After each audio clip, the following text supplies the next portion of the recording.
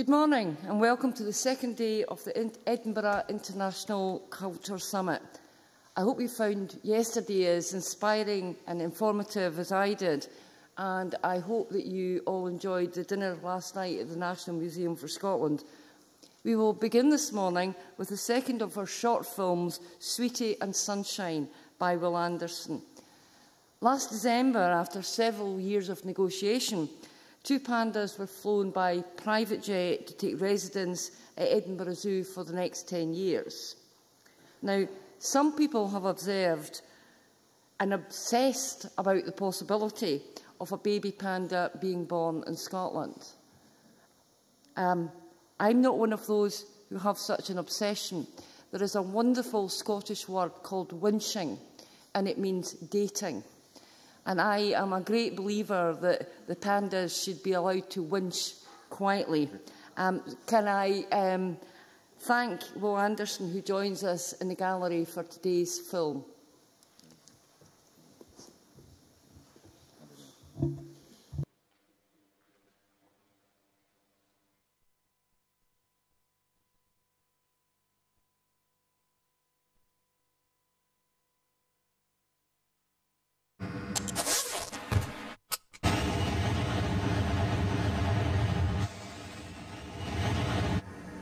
嘿，你是来工作还是休闲度假？工作。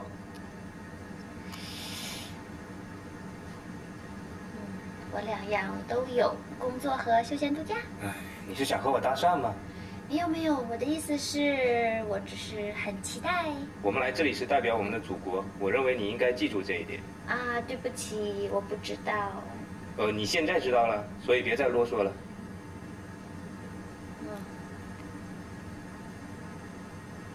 我觉得我们国家这样做呢，就是觉得，既然送到英国来的大熊猫，肯定是选最好的送给你们。他们的想法可能就是选2只最好的大熊猫送给你，是因为出于这个目的，并不是说一定要把它们配在一起生孩子。我觉得我们国家是要拿最好的礼物来送到英国来。Yeah. She's not afraid of anything because she has me. I can defend anything for her. That's what she's thinking. Yeah. 我们感觉那个大熊猫在爱丁堡的话呢，因为我们没有在爱丁堡的话呢，一年四季没有待过。但是从目前来看的话呢，从我对这个大熊猫在四川那个卧龙那个地方的话呢，跟爱丁堡的气候应该差不太多。So what his family's like? I took her to a really beautiful and romantic, place, but I was doing stupid things. 非常的好，很懂礼貌，特别是男人很绅士的。Women always expect men to be the romantic one. You always said I have a big head. Sometimes women need to make an effort to have some romantic feeling as well. Means smart. Smart. Yeah. Yeah. The tunnel of love is love. The tunnel of love is. 这通道是为了让我们进出家门用的，不是 Tunnel of Love。在这里唱这首歌非常不合时宜。Yeah, I think sunshine will help to create some chemistry as well, and because putting in a different mood or the way you look at the city in a different light. So. 中国跟英国跟苏格兰可能不太一样。我们中国的话呢，这个2个恋人在一起的话呢，也就是说，有可能是别人介绍，也有可能是自己认识。我们呢是处于是自己原来有一点点认识，不是很熟，然后别人又介绍了一下，所以这样在一起的。Yes, must be handsome and have money. but I found Tony. No, he's not handsome enough. and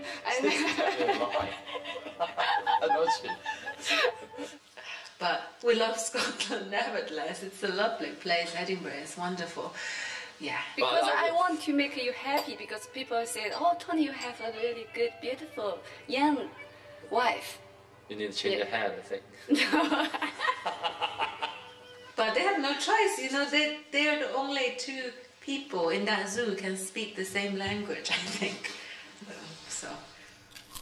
啊，你头上有片树叶。没有吧？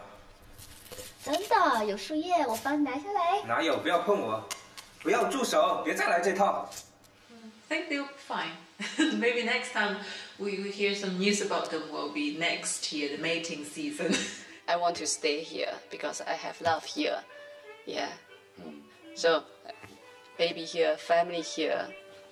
Yeah. We can lose everything, but, well, we can't lose our family.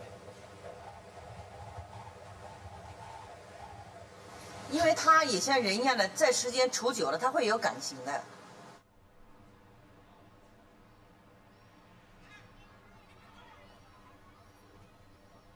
你头上一片树叶。谢谢。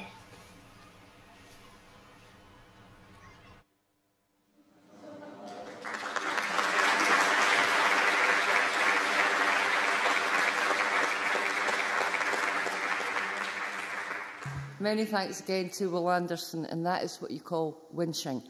We now move on to the first of today's plenary session. The theme for this session is funding, sustaining private and public support for culture. There are many different models for sustaining and supporting cultural endeavour around the world, and almost as many different motivations for doing so. This strand explores the philosophy and practice of funding the arts. It is with great pleasure that I welcome our first speaker, Harold Mitchell AC, the founder of the Harold Mitchell Foundation, Executive Chairman, Aegis Media Pacific. Earlier this year, he chaired a review of private sector support for the arts in Australia. Harold will.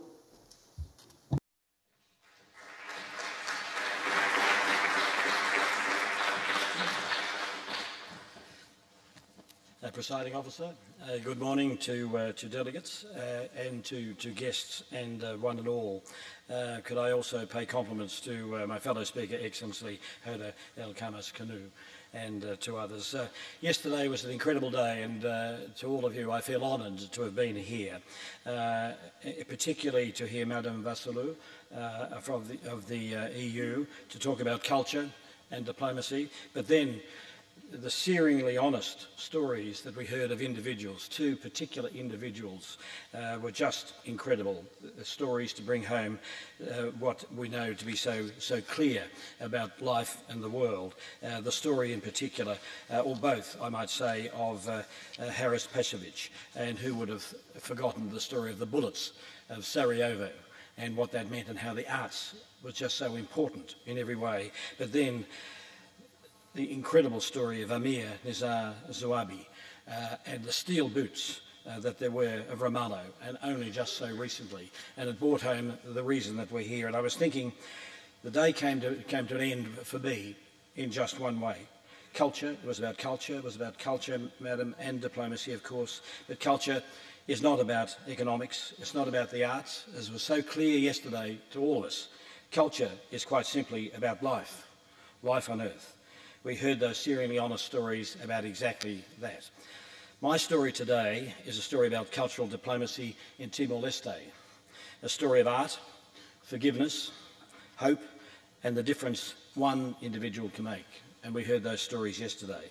I want to share with you today the story about an amazing man, a man called Janana Gujmau, a conflict-torn country of Timor-Leste, East Timor, and an unlikely friendship.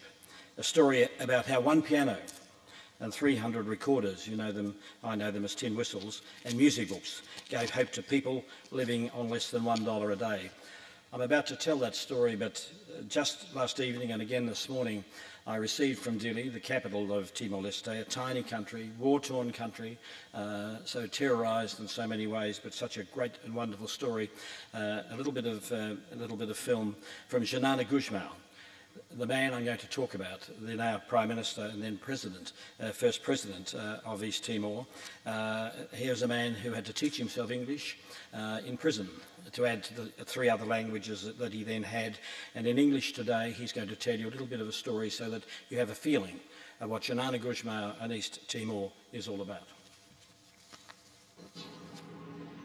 Ladies and gentlemen, it is a pleasure to speak to this inaugural Edinburgh International Cultural Summit. I'm a great believer in the importance of culture and cultural exchange. In Timor-Leste, our culture binds us together through shared stories, traditions and spirits. Our engagement with the culture of other nations helps us to better understand and value our neighbours and reach a diversity of humanity. It was a result of a cultural exchange that I first met my good friend Harold Mitchell, who has just addressed the summit. In 2001, Harold and Jonathan Mills ran the Melbourne International Arts Festival to help foster links between Australia and the imagination of Timor-Leste. They invited me to attend and to read one of my poems. That visit forged lifelong friendship and established links that are still going strong today. I want to thank Harold for his friendship and generous support to our nation's development. Ladies and gentlemen, last month, our people exercised their right to vote in elections. This is a right that for 24 years was a dream that cost the lives of around a quarter of our population. Our new government has many plans to implement over the next 5 years. This includes building roads, schools and hospitals and fighting poverty. Our biggest challenge is to create jobs and a secure and peaceful future for our young people. That is where our culture will play an important role. The children of my generation listen to our elders tell stories about our ancestors, about crocodiles, and about our animals' fate. The term for this fate is ludic. It is the name given to powerful spirits of the dead that exist in our landscapes, rocks, animals, and mountain streams. We must follow the rules of our ancestors, including harmonious relations between family, within the clan, and in our country. These are important cultural norms we want to encourage in our young people. Ladies and gentlemen, last year, my government released a 30-year strategic development plan. This plan provides for new cultural institutions, including a National Academy for the Creative Arts. The Academy will promote our traditional arts, including music, dance, painting, weaving, sculpture, and jewelry making. These will help create jobs and ensure that our young people know who they are, where they came from, and what it means to be Timoris. Our culture also helps us build bridges in our nations, in our region. Timor-Leste is a half-island nation. We share our island with Indonesia, the world's largest Muslim nation, and one of the great emerging economies of the world. We also share many cultural links. It is this cultural affinity and understanding that has helped us rise above the pain of the past and develop strong bonds of friendship and solidarity with Indonesia. In a small way, we hope that our friendship with Indonesia inspires other nations with similar stories to recognize their shared cultural bonds and live together in peace. I hope that this summit leads to new friendship between people and between nations and a better understanding of the role of culture and the connections between us. Thank you very, very much. And thank you, Prime Minister, too.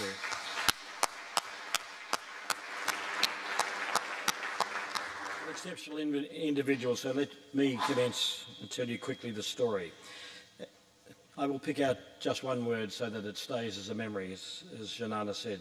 Rise above the pain of the past. And this was a people that had as much pain as we might have heard of anywhere. East Timor became a Portuguese colony in the mid-16th century and remained one until the 28th of November 1975, when it finally declared unilateral independence from Portugal. Janana mentioned the close tie geographically with the giant nation of Indonesia.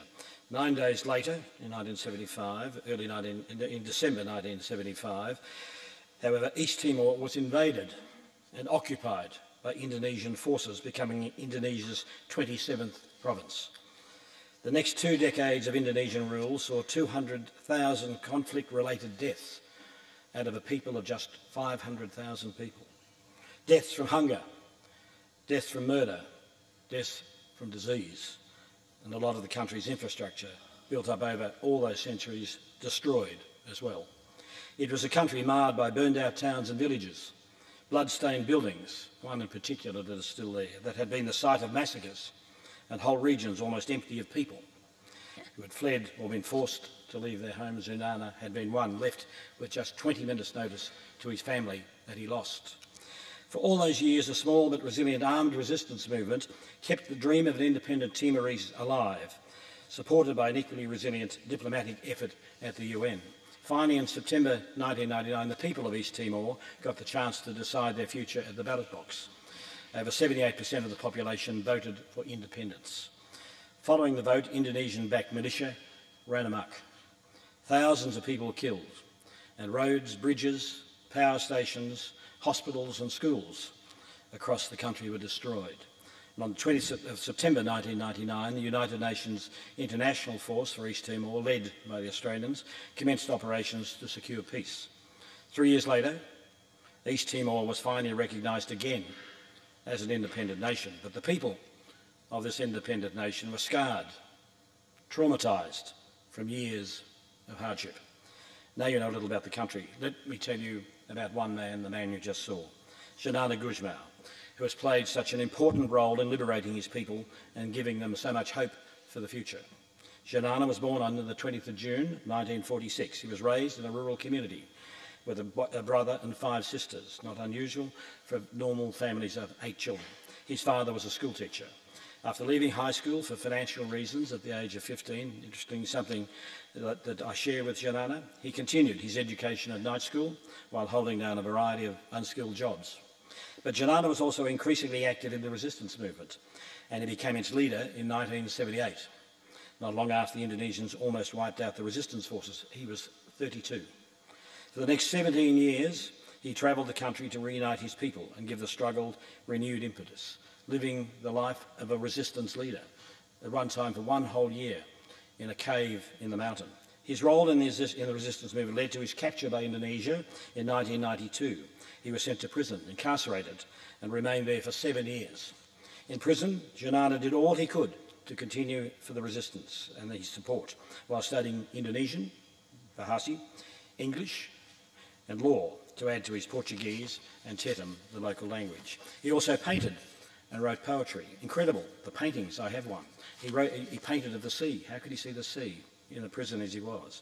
Building on a talent that had been recognised in 1975 when he won the Timor Poetry Prize. Some of his paintings were sold with the proceeds donated to the resistance. When Janana got out of jail in late 1999, Retribution was the furthest thing from his mind. Rather, his focus was on reconciliation, on the need to move on, come together and rebuild. This national hero became Timor-Leste's first president in 2002 and in 2007 Prime Minister. And as you heard, I'm pleased to say that last month his party in the Democratic East Timor became the majority party of a three-party alliance government, and Janana has retained his job as the country's leader. I first met Janana in 2000, just 1 year out of prison, with his wife Kirsty, who came from my city of Melbourne in Australia.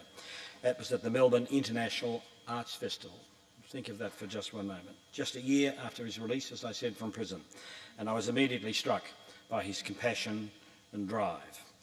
It wasn't easy, I might say, because he didn't have any English. We had to struggle between Portuguese and English, but we did. The bond was there. These qualities became even more apparent when I heard him read one of his incredible poems to an enthralled Melbourne audience, not unlike this here. He read it in his guttural Portuguese, haltingly, firmly, feeling, and you saw the man there before. It's called World of Peace. World of Peace. This man had been through. I think we have the words there. Let me try. Violence, death, blood and tears, intelligence in the service of destruction, the art of mobilising human beings to die for principles, rights, or power ambition, suffering, grief, despair, revenge, the result eclipsing their dimension, the numbers alone recorded by history. While many die, others sow a hatred. Speaking of peace, when a war rages, innocence, the defenceless oppressed, interests, politics at the fore, principles to justify, and rights do not exist. Speaking of war, when peace prevails, human conscience in alienation, dignity debased in the absence of morals, a truth is preached, then violations downplayed. The violence screams, dialogue the loser. There are no causes forgotten. Spirits aroused. Force is the answer. A world of fear in the media of trauma. Justice the claim. Punishment a demand. Dragged into the tide of emotions, the human side of life, twisted. Where there is no courage and no place for forgiveness. I sat and I listened to that poem. I couldn't believe it. I reflected for a little while on his country. I knew that, like many of its neighbours, Timor-Leste faced daunting challenges. In our part of the world, we have real problems. Based on today's figures, and it was even worse when I met Janana, 45% of children are underweight. Child mortality and maternal mortality among the highest in the Asia-Pacific region. And only 50% of the population is literate, and 41% of the population lives on less than 88 cents a day. I knew that Janana and his country had a difficult journey ahead of them, and I feared that they might well fail. Many around him had. I also thought there was a lot to be incredibly angry about when you think of it. But Janana is an exceptional person. I was immediately struck by his warmth, his trust, and his compassion. It gave me hope. I said to him, Janana, how can I help? Thinking he would ask for money to build a hospital, a school, a road. So picture my surprise when he said, Harold, my first task is to rebuild the spirit of our people, to rebuild the spirit of our people. We cannot tackle any of our challenges unless our hearts are strong. I believe music is a key. Incredibly, he asked me to help him procure 300 of what I call tin whistles. You probably know them as recorders. Afterwards, I did, of course. Whenever I heard his people sing, I could also hear the spirit of their hearts, and they've done that. The story of the recorders was followed by a second incredible encounter. Just shortly after I'd heard, there was a gifted young Timorese pianist by the name of Antonio Suarez, just 22 years old, studying at a very fine Sydney Conservatorium of Music. It turned out some of the great musicians of the world. He was about to graduate and had many offers to progress his career, both in Australia and around the world. But he instead chose to go back to his tiny nation, war-torn nation, to become a piano teacher and continue Janana's effort to rebuild the spirit of his people through music. I met Antonio again at his home, which was a tent on the grounds of the cathedral in Timor's war-torn capital of Dili. A tent. He lived in a tent. He played the grandest of grand pianos in the finest of styles. Antonio told me that his people had capacity. They had a future, but the one thing they didn't have was a piano. I turned 70 this year, and looking back, I think it was one of the greatest privileges of my life to buy Timor-Leste's first piano. I've helped over the years in other ways. I've supported an impressive man named Steve Bracks, who I recognise is here today, presiding officer, the 44th Premier of my home state of Victoria, and his wife Terry, to become an advisor to Janana to assist him in the mammoth task of governing his nation. I've also had the privilege of helping Janana's wife, Kirsty Sood Gujmar, in her quest to improve maternal health and education. I agree with Kirsty, as many I'm sure in this room, that supporting women is critical to any efforts to alleviate poverty, and to achieve development. But this is a topic for another speech. The Harold Mitchell Foundation of my family recently agreed to fund an important program to improve education for primary school children. Education of children, the empowerment of women, two key messages in life. We're also raising money to help improve food security in Timor-Leste and address the terrible problem of stunting in young children we have in the third world, no different there, 40% of whom are malnourished. If you're interested in how you might help support this important initiative, please let me know. We all need help. I've described many of the problems that Timor-Leste faces, but real solutions are at hand, and this is a story of hope. I'm pleased to say that under Janana's leadership, lasting improvements are being made. When Janana came to power, Timor was caught in a cycle of conflict, which flared every 2 years. There were over 100,000 internally displaced people in makeshift camps, just 1 in 6 people by that stage. The economy was going backwards. It's just 1 decade this has been. The civil service was highly politicised, and a group of armed rebels wandered the countryside. What Janana did first was to secure the nation. Dili went from being a ghost town after dark to now a town where families walk the streets together.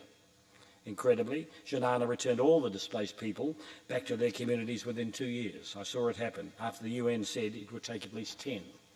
The security he achieved meant that people had the confidence to invest.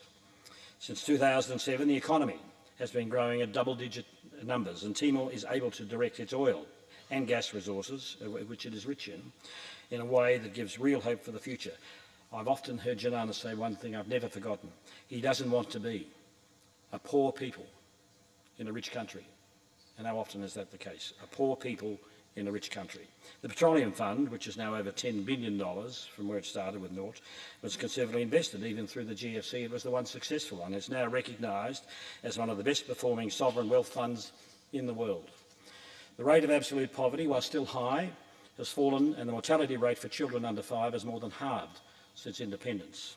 Janana, for the first time in the history of the Timorese people, has built a power grid around the whole nation that will open up access to refrigeration, electric stoves, light for reading and learning after dark, and all those other things we simply take for granted with power. As I close this speech, I'm reminded that my association with Timor-Leste began at the Melbourne International Arts Festival, which provides a clear example of how such festivals can forge diplomatic links, an incredible story.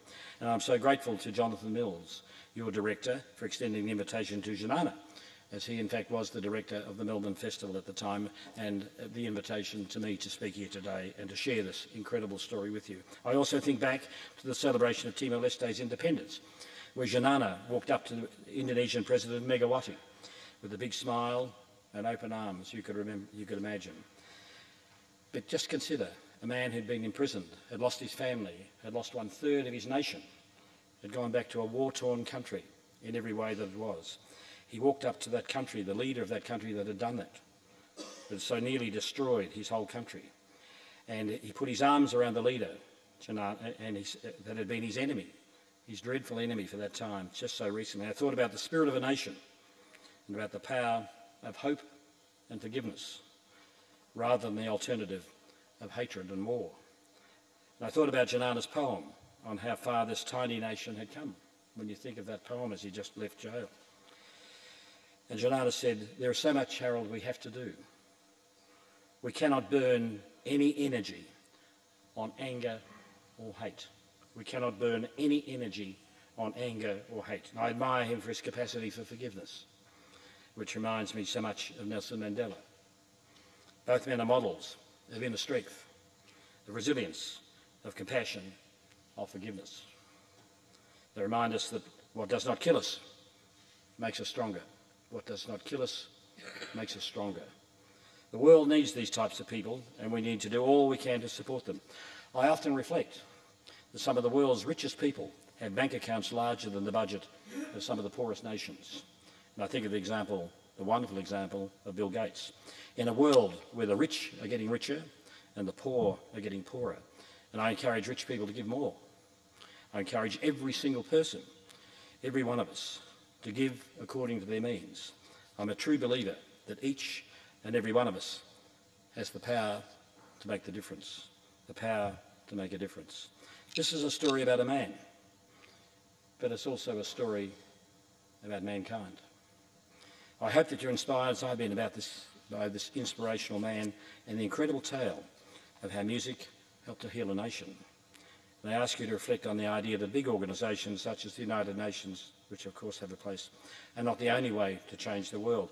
And I was interested yesterday in Minister Vasey, who was here, and deserves, on behalf of his government and all the people of the United Kingdom, every congratulations for what was a wonderful Olympic Games of 17 days. And of course, that wonderful Sunday night, which some of you might have been there at, reflected the culture and therefore the music of the United Kingdom in such a proud and wonderful way.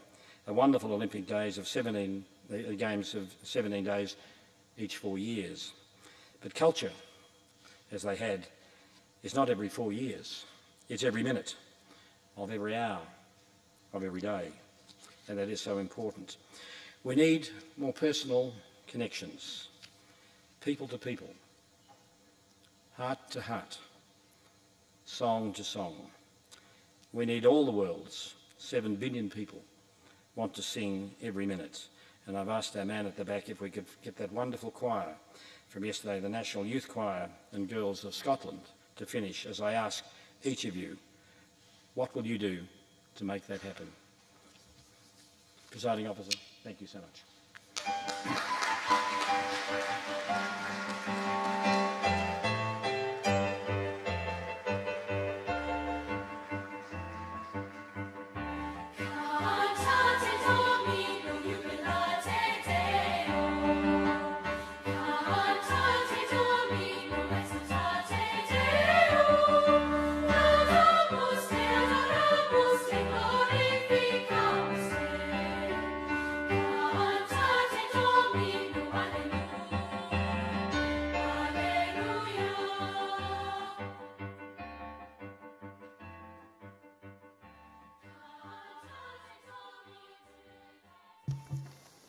My sincere thanks to Harold Mitchell and also to Prime Minister Gusmao for his video contribution. I was moved and I was inspired, and thank you so much for coming and sharing the story of the man. I now like to call the Nigerian Minister. I understand that Nigeria is leaving shortly for the plane, and they've asked to make a short contribution.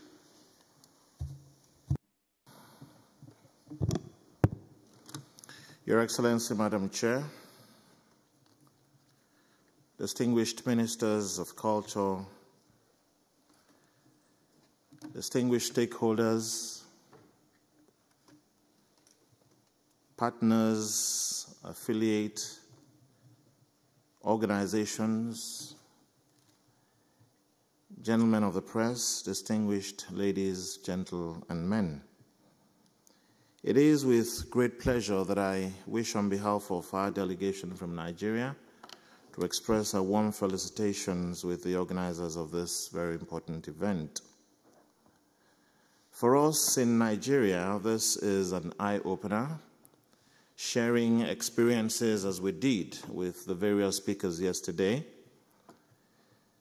Of course, we also have our own peculiar challenges, which we believe that with a platform of this nature, we would be able to strengthen our belief in culture as a platform for better understanding amongst men.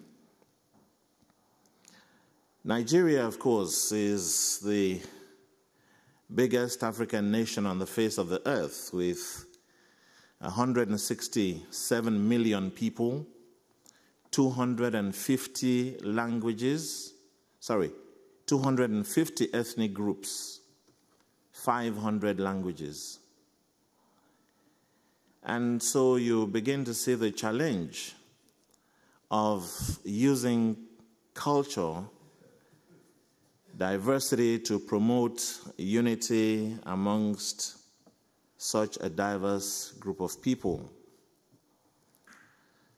For us, the challenge is even greater when I listen to my colleagues from Edinburgh who speak about a beautiful city with about 500,000 people. And I think of my country with 774 local government areas, all of them with a population far in excess of 500,000 people. And so when I come with my delegation to a platform of this nature, I am strengthened with the experiences that we have shared with Edinburgh, and especially the lessons from various other countries of the world. But also I'd like to, as chairman of the Committee of Cultural Ministers of Africa, to ask, what is our perception of Africa? I listened carefully to Madam Commissioner with responsibility for culture in the EU, expatiating on her vision, her programs and activities, and the very beautiful projects that she is superintending in order to encourage the promotion of culture among countries of the EU. And in none of those statements was there a reference to many other continents of the world. And I begin to wonder, are we not working in, a jacket of our own, whereas the rest of the world is yearning to use the platform of culture to promote unity across humanity? We in Africa, richly endowed by our cultures and tradition, which stand out as some of the lasting heritages of proud and oftentimes uncelebrated people, with industries large and diverse, like film, music, fashion, many of which have permeated even more developed economies, where ethnic fashion and music and cultural instruments are gaining wide acceptability. I begin to think that Edinburgh perhaps would provide us with a platform to consider the development or establishment of an international cultural forum. I know that working as Minister for Tourism, the United Nations World Tourism Organization has taken the bull by the horn by propagating issues focused particularly at tourism. UNESCO is doing its utmost best, but with superintendents over education and science and culture, I am of the belief that time perhaps is ripe for a forum of this nature to begin to consider a global platform for advocacy purely on issues relating to culture. Your Excellencies, when you also consider the fact that culture is perhaps the least funded sector in our various economies, we begin to wonder whether mankind or leadership across the world is actually unaware of the fact that culture is the essence of our being. It's the DNA of our various peoples. I work in a cabinet with a Minister of Finance who only recently but for the big stake of the President of the United States, would perhaps have emerged as the President of the World Bank. And regardless of all efforts at shadow boxing and romancing, I've been unable to get her to give adequate attention and appropriation to culture. So we must begin to find other platforms of collaboration. Big supporters of culture in Europe and America must begin to look at Africa as a new frontier. Because for my country, for instance, with a diasporan population in excess of about 15 million, we are also players in various cultural spaces across the world. Your Excellencies, I do apologize that I have the permission of Madam Chair to leave shortly after this session, but I leave with very great memory of a wonderful forum of passionate contributions from distinguished professionals, and it is my belief that going forward, this opportunity would be replicated in other parts of the world so that it would also afford us the opportunity of visiting with other countries and understanding the rich cultural diversity of mankind. I wish you all the very best. Thank you.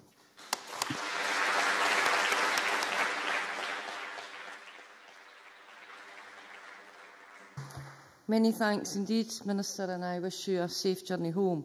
I now have great pleasure in introducing Her Excellency Hoda El Khamis Kano, the founder of the Abu Dhabi Music and Arts Foundation and founder and artistic director of the Abu Dhabi Festival.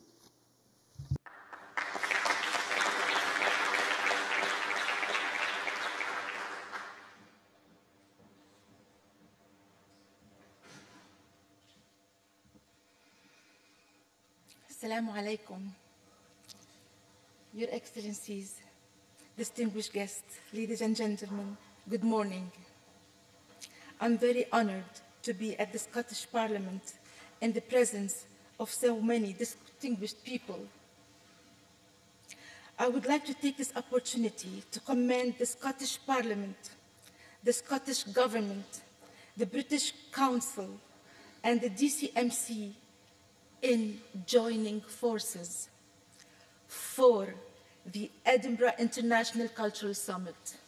It means a lot to us.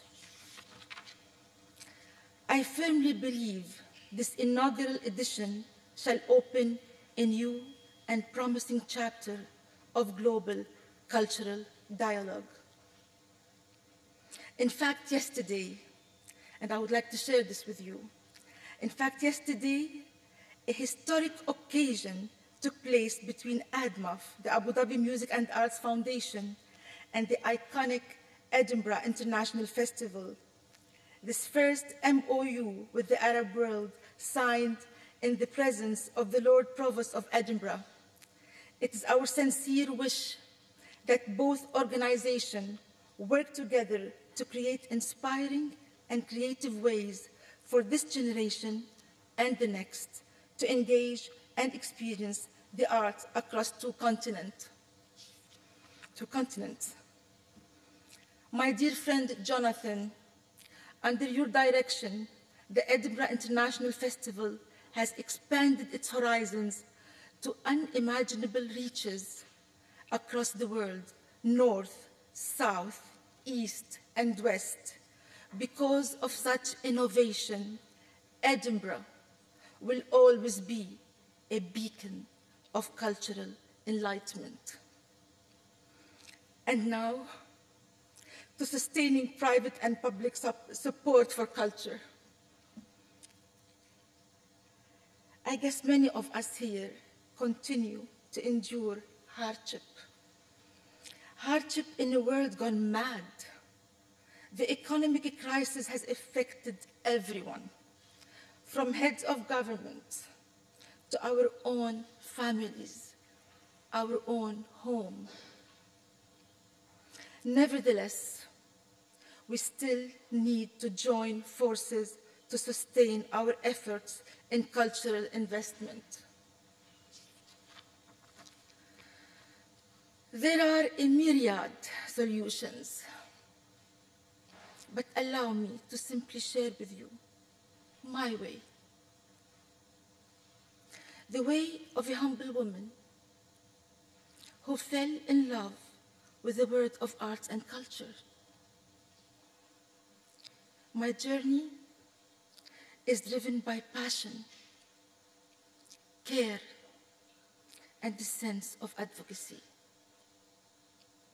I was born on a crossroads of cultures. My mother was Syrian. My father was from a large merchant family in the Kingdom of Saudi Arabia. I was born and raised in Lebanon, a country known as the cradle of creativity, despite centuries of unrest and occupation. As a child, I would spend night after night listening to visitors to my father's majlis. So many people from different backgrounds and fields would gather in his sitting room to debate the issues of the day. I was fascinated by the Arabic poetry, the Hakawati storytellers, and the tales from our great oral heritage. The words of writers, from the Napati poetry to the verses of Al-Mutanabbi and Shawqi, and the sounds of the Oud and the Nile. All would remain with me for the rest of my life. My eyes were opened to the riches of the golden age of Islam. The 9th and the 10th century saw the Arab world pioneer new approaches to science, humanities, and the arts. The legacy of this age can be seen all around us, a millennia later. The thinkers, writers, artists, and craftsmen of two distant continents converged in a spirit of inquiry and engagement that spawned the impressive intellectual, architectural, and artistic heritage we all share today. I remember running with my brothers through the courtyards and arches of the great houses of Damascus. I recall the scent of the great plates of food my mother would cook. Arabs' homes are built on a tradition of hospitality. My mother learned the art of cuisine from my grandmother, who inherited it from my great-grandmother. And I soon realized that we, women, are the keepers of tradition and culture. We are the guardians of customs and the nurturers of creativity. And it's our duty to carry them from one generation to the next. After my studies in Paris, I returned to the Middle East, where I married my husband, Mohammed, who was sent by his merchant family in Bahrain to run the business in Abu Dhabi. And so we settled in the UAE and in the capital, Abu Dhabi. 16 years ago, I established the Abu Dhabi Music and Arts Foundation, ADMAF, because of one young boy who I met by chance outside a classical music concert. We talked. I asked him, "Why don't you come in?" He said, "I would love to. I love music, but I've not been invited." I took him by my hand, and we went in together. After the concert, I asked him, "Don't you have music and art lessons in your school?" And he said, "No." That was the catalyst for ADMAF. ADMAF was among the first not-for-profit cultural organizations in the UAE, It remains a rare breed, one of that seeks to advance Abu Dhabi vision and nurture society through the arts, education, culture, and creativity, so that every child may fulfill their right to artistic expression. I had no funding, and at that time I had no funding. I had no funding from anyone, not from private or public sources. When I started ADMAF, I couldn't ask for money for something I had no idea it would succeed. So with the little money we had, my husband and I underwrote the project ourselves, and we started working. We wanted to break open the doors for the young so that they would learn from their rich heritage, not to go back and only dream of, just stop on the glory of the past, but to move forward. I wanted them to feel confident in their own identity, to embrace the cultures of others from the four corners of the world, and to write a new chapter of history with the creativity that lies within each one of them. We began in universities. With small educational projects, which had a major impact on the academic performance of students. But beyond the grades, it touched their souls. I saw great talent and witnessed the power that art has to change lives. I have been able to build upon these modest foundations as we go, with the support of our major stakeholder today, the government. How and why? With an unbreakable bond of trust. Trust is the enduring and unwavering reliance on the integrity, ability, and character of each other. It cannot be measured. It's a gift. It's the spirit of our human emotions: care, love, loyalty, commitment, and understanding. I was fortunate to build trust with the government, the private sector later on, the educators, and the community. This extended locally throughout the country, region, and now internationally. The most important message from the government was to invest in education. I understood it. I understood that. This was the legacy of Sheikh Zayed Al Nahyan, the founding father of United Arab Emirates, the land of blessing, or Bilad al-Khair, as we call it, a country founded upon tolerance, respect, understanding, and above all, giving. Sheikh Zayed's legacy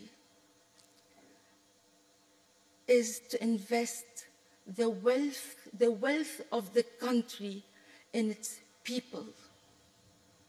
I embraced it and helped channel some of this wealth because of a complete conviction of the power of arts in changing people's lives and in the embetterment of the people of humanity. I helped channel a little bit of this wealth to introduce more and more arts and cultural education, to strengthen the young, and to give them the ability for a free, creative thinking, for creative leadership, with hope for a better future. I embraced it and slowly built up on it by investing more and more in the young, nurturing talent and creating opportunities. And I kept my promise and delivered. I will never forget Nadia, an Emirati university student who was passionate about painting. She would hide her canvases under her bed, lest the family discover them. I heard from her teachers that she was desperate to apply for ADMAF Award for Creativity. So I spoke with her mother, woman to woman, mother to mother. Eventually, she realized that no harm would come of her daughter, and that creativity and self-expression will actually help her daughter blossom. Nadia today, and Nadia, first of all, won the ADMAF Award for Creativity that year, and everyone voted for her. And today, she is one of Abu Dhabi's most sought-after graphic designers ever. This year, over 20,000 students in the UAE schools and universities have accessed the arts through ADMAF. We give them the thirst for knowledge and a hunger for dialogue that cannot be measured, but the benefits will be felt in the future well-being of the country, both economically and socially. The barriers are falling, and stories such Nadia's gave me the strength to continue to develop ADMAF's work and expand its funding basis. For us, the private sector remains the most challenging aspect of our work. Let me assure you that corporate partnerships in the Gulf are no easier than anywhere else in the world, especially given the very austere economic climate. But we have found champions in the business. We have found champions in the business, and education has been an area of interest shared by both the government and the private sector alike. I approached the private sector with a proof of our achievements, and I found a common goal. Today, we have 17 corporate partners whose relationships are based on mutual trust, transparency, delivery, and return on investment, both tangible and intangible. We have been able to sustain and cultivate them. Today, 40% of our income comes from this sector, and the list, hopefully, keeps growing as recognition of our work spreads. Our overall objective is simply to make the value of culture understood in many different ways by many different people. And so, this is probably the most important thing we do, slowly, but surely, patiently. A lot of patience. Patiently, we advocate. Culture must find its place in the hearts and minds of all our partners. We are able to achieve this because we all share similar beliefs, principles, values, hopes, and ambitions. ADMAF has over 14 cultural partners internationally, 3 of which are here in the UK. All of us have the opportunity together to learn, to strengthen the bond, and deepen the value of culture. Together, we are making the Gulf's cultural renaissance resonate across the world. Today, the international spotlight is shining on the UAE. With its climate of stability, the Emirates of Abu Dhabi is building bridges between East and West, between Islam and Christianity, between the moderate and the hardline, and between the liberal and the authoritarian. We all are building bridges. As a philanthropist, ADMAF's bridge of culture is strengthening dialogue and understanding, and in return, is producing new forms of artistic expression.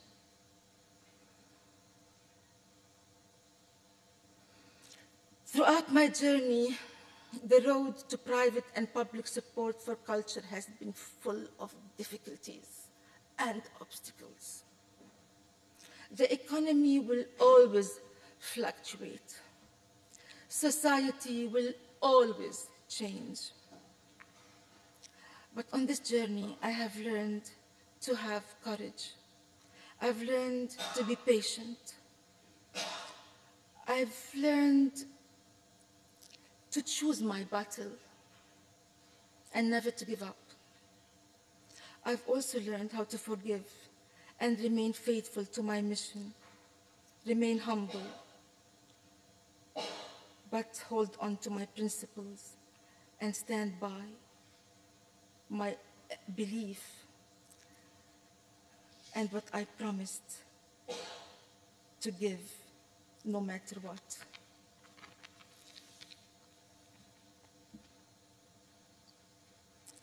And I tell you, my friends, the painful path of sustaining partnership will never change. The painful path of getting funds to support your cause will never change. So I will never surrender. I will never surrender my belief in the supreme importance of the story of humanity. That is culture. Thank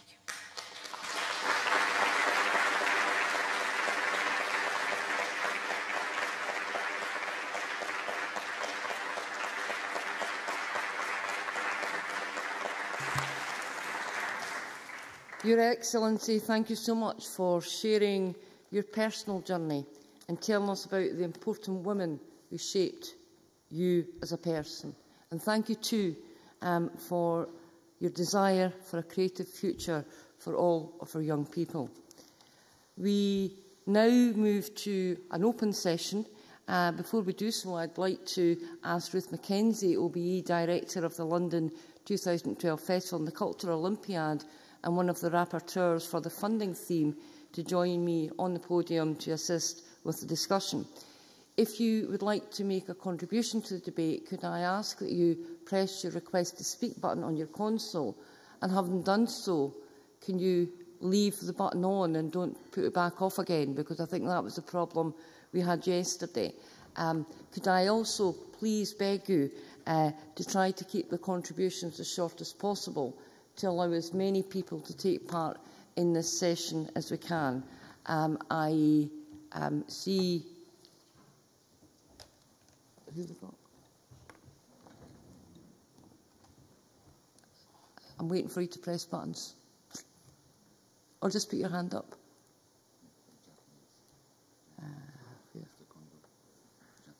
Mr. Kondo, you wish to make a contribution? Mm-hmm. Thank you, Madam Presiding Officer. I thank all the three previous speakers for their excellent presentations, very informative, and they gave me a lot of fruit for thought. Now, with regard to this morning's main theme, which is how to sustain public and private support for culture, let me share with you three challenges I face during my job in Tokyo. First, unlike financial policies or public work investment, it is very difficult to establish a causal relationship scientifically between input and output because of the subjectivity of cultural activities or human behaviors in cultural activities. You could argue that the cultural investment has produced new jobs or raised consumption after the event, but it is very difficult to make a persuasive assessment prior to the event. And even though we try to do some work, the financial people do not want to believe our assessment. Second challenge is that it takes a long time for the investment to yield returns. Because it takes a long time for any cultural events to take effect in the people's psyche or economic activities, politicians and business people, even though they are personally interested in culture, tend to lose interest in their own business. They are preoccupied with the next election or next quarter's figures. And the third challenge I face is that all the returns of investment in cultural area are thinly and widely spread across the society. Therefore, no companies want to make investment in that particular area because the returns will be spread over the society and not necessarily coming to that company alone. So those are the challenges I face, and I have some solutions or ideas, but in the interest of time, I think I have to stop here, and I continue my presentation in the session that follows this plenary. Thank you.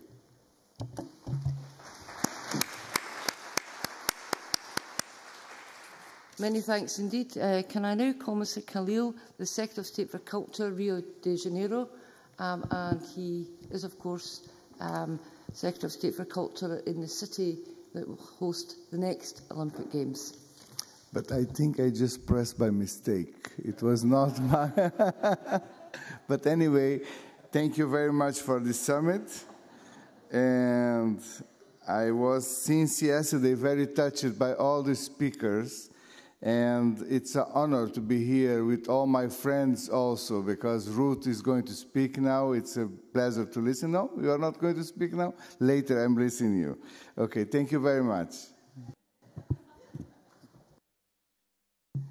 It was a nice mistake. We now have the Cabinet Minister for Tourism, Wildlife and Heritage, Uganda.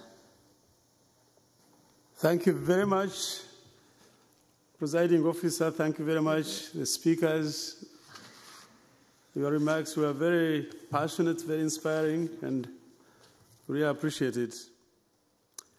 I also want to thank you, Madam Presiding Officer, the Scottish Government, Scottish Parliament, and indeed British Council for this international summit. You know, Madam Presiding Officer, in Uganda we have the British Council really promoting and supporting both culture through schools and through cultural engagement of groups. What I listened to this morning, sustaining private and public sector support for culture. 3 issues which tickle my mind. The first one is the private sector capacity in our economies is still very limited. And consequently, its contribution is hardly there. That's one challenge, that the private sector capacity in our economies, third world economies, is still very limited. And the support from the public sector, I appreciate the comment from our Japanese colleague. If you are in the Ministry of Finance and Economic Development, we use figures. You want numbers. You really want to show your budget envelope being competed for so many sectors of the economy. Culture, as you have defined it, is the essence of human beings, so it cuts across, and therefore it is very difficult to define it and fund it. Culture is us. It's not transport, it's not defense, it's not water, it's not electricity. Things you can compute investment and your return on investment, and you allocate the funding. Now, culture is intangible. It's intangible. You don't touch it. And as a result, this becomes a challenge when you are a minister of finance and sector ministers come competing for this money. You ask Minister of Culture, if I give you this amount of money, what return am I going to have within a year? Very difficult. And as a result, budget allocation for culture is always very small in our economies. So the challenge is, how can we empirically show ministers of finance that indeed what they have invested is worth this much return for us to be at par with other competing ministries. That's one challenge. The second challenge, Madam Presiding Officer, that I have experienced over time is that culture, from music, from dance, from art, is a cross-cutting. So one can argue every time you budget for education, in a way, you have budgeted for culture as well. So in a way, you can say the whole budget is devoted to culture, because education is inculcation of values. It is part of culture. Music, dance, drama, that's it. Then the final challenge is a divide we have in the world. You made a comment, I think one of the speakers, I think it must have been Micho, to have poor people in a rich country is really annoying, very annoying. And that ties into the whole issue of our economic transformation of these economies which are poor and yet they are endowed, but they have not been able to transform their endowment into riches that makes them competitive globally. So as we battle with culture, we must include the whole challenge of economic transformation of least developed countries. It's only when the whole economy is developed, then will you also have addressed the budgetary support required for supporting culture in our economies. Otherwise, I really thank you very much, very, very much indeed, for your kind invitation. This has been a great honor, and we are forever grateful. We look forward to the Commonwealth. Again, games right here, and hopefully it will be followed by a summit like this one. Thank you very much.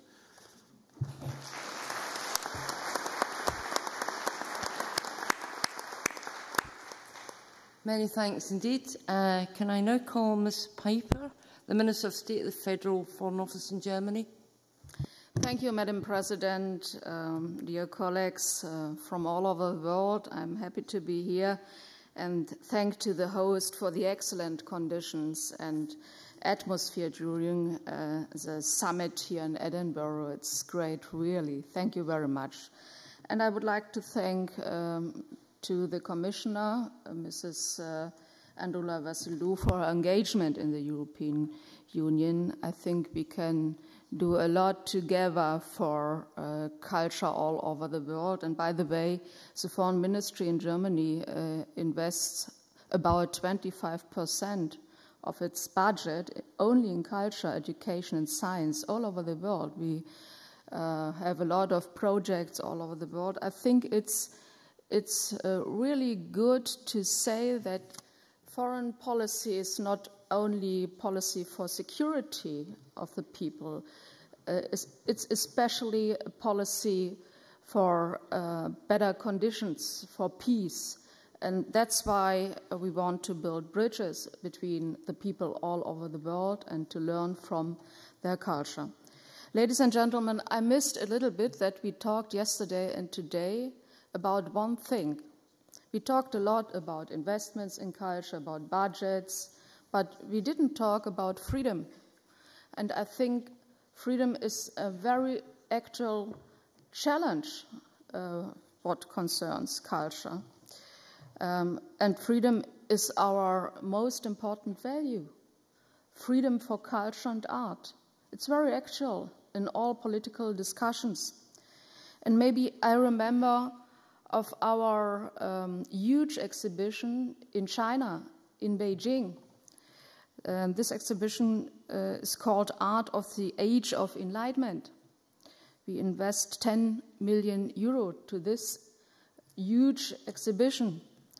We wanted to invite Ai Weiwei to the opening, and suddenly the Chinese government arrested him. We wanted to invite the German poet Tilman Spengler. He's a great critic from China, from the Chinese government. He didn't get a visa. That's why I want to say the most important value we have for culture and art is freedom. And I think we have to pronounce it very loud as cultural ministers, as the foreign ministry to all over the world. It is, my point of view, it's very necessary to make a declaration for the freedom of art and the freedom of culture. Maybe I end with a word from the famous poet Friedrich Schiller. Maybe you know him. He was a good friend from Goethe, Johann Wolfgang Goethe.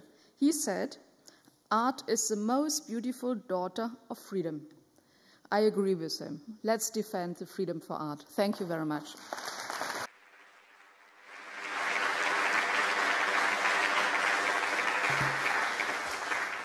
Many thanks indeed, and thank you for all your comments. I'm sure we could have continued, but we are, as always, short for time.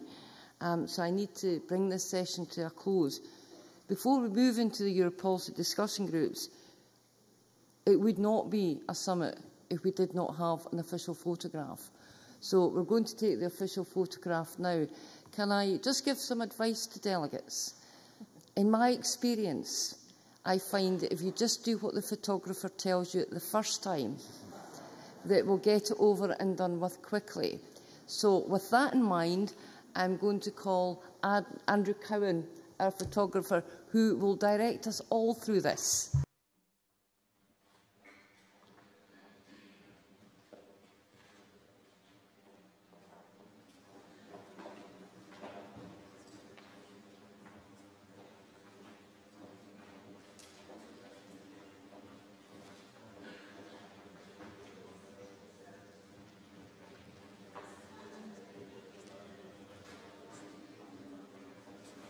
Can I ask everybody in the two centre sections if you could stand, please?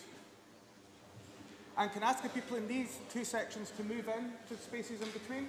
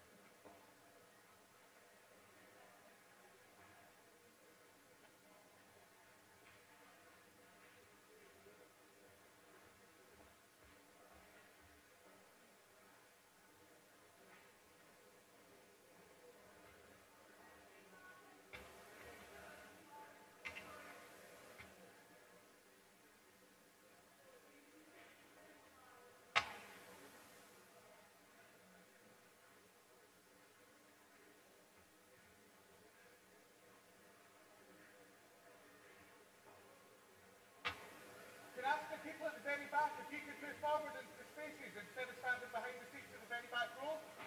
And the people at this side, could you move into the centre more, please? There's quite a lot of room in the middle.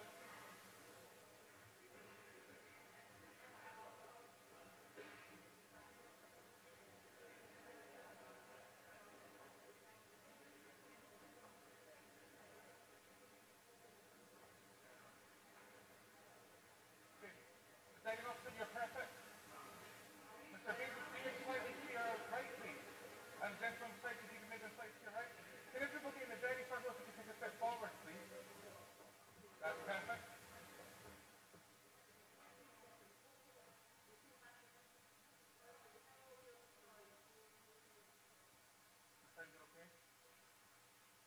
Okay, can everybody make sure they can see the camera clearly, or you won't be in the photograph? Can everybody look towards the camera now, please?